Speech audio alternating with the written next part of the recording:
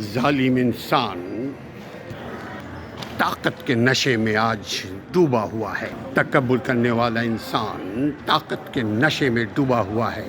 اپنے اختیارات سے ناجائز فائدہ اٹھانے والا انسان تکبر میں مبتلا ہے۔ وہ سمجھ رہا ہے کہ یہ کرسی، یہ طاقت، یہ زندگی سدا ہمارے پاس رہے گی۔ تکبر کا انجام بھیانک۔ صداد نے تکبر کیا، رہتی دنیا تک ڈیفیم ہوتا رہے گا۔ فرعون نے تکبر کیا، سمندر میں غرق ہوا، قیامت تک ڈیفیم ہوتا رہے گا۔ شیطان نے تکبر کیا، قیامت تک شیطان رجیم، شیطان مردود گردانتا رہے گا۔ انسان بڑا کمزور ہے، ایک سانس کا محتاج ہے۔ اگر سانس جسم سے نکل گیا، اس کی ساری تکبرانہ سوچ منو مٹی تلے، قبر تلے دب جائے گی۔ پھر اس کو حل کرنے کا دھرنی دینا پڑے گا۔